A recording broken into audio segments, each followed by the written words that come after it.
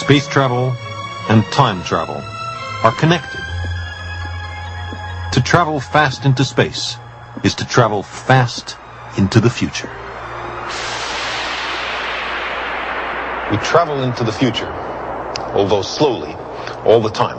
But what about the past? Could we journey into yesterday? Many physicists think that this is fundamentally impossible, that there is no way we could build a device which would carry us backwards into time.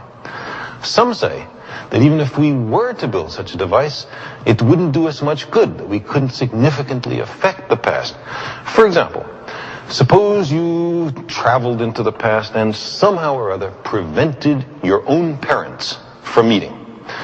Why, then you would probably never have been born, which is something of a contradiction, isn't it, since you're clearly there. Other people think that the two alternative histories have equal validity, that they're parallel threads, skeins of time, that they could exist side by side. The history in which you were never born, and the history that you know all about. Perhaps time itself has many potential dimensions, despite the fact that we are condemned to experience only one of those dimensions. Now, suppose you could go back into the past and really change it by, let's say something like persuading Queen Isabella not to bankroll Christopher Columbus. Then you would have set into motion a different sequence of historical events, which those people you left behind you in our time would never get to know about. If that kind of time travel were possible, then every imaginable sequence of alternative history might in some sense really exist. Would it be possible for a time traveler to change the course of history in a major way? Well, let's think about that. History consists, for the most part, of a complex multitude of deeply interwoven threads, biological, economic, and social forces that are not so easily unraveled. The ancient Greeks imagined the course of human events to be a kind of tapestry created by three goddesses, the Fates.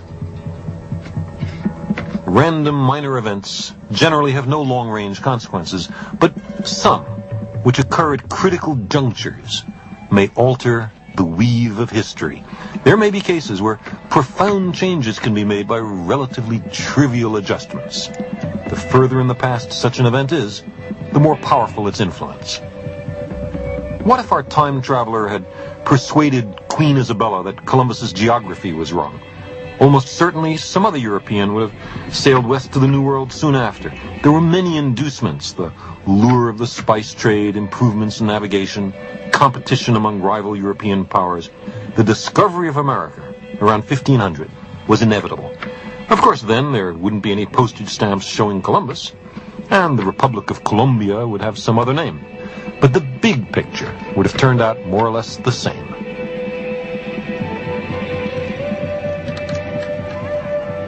In order to affect the future profoundly, a time traveler would have to pick and choose. He'd probably have to intervene in a number of events which are very carefully selected, so he could change the weave of history.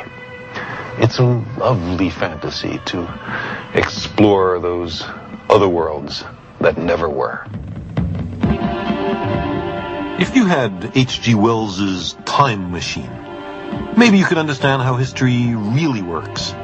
If an apparently pivotal person had never lived, Paul the Apostle or Peter the Great or Pythagoras, how different would the world really be?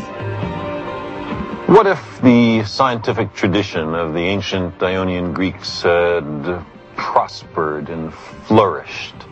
It would have required many social factors of the time to have been different, including the common feeling that slavery was right and natural. But what if that light that had dawned on the Eastern Mediterranean some 2,500 years ago had not flickered out? What if the scientific method and experiment had been vigorously pursued 2,000 years before the Industrial Revolution? our industrial revolution? What if the power of this new mode of thought, the scientific method, had been generally appreciated? I think we might have saved 10 or 20 centuries. Perhaps the contributions that Leonardo made would have been made 1,000 years earlier, and the contributions of Einstein 500 years ago.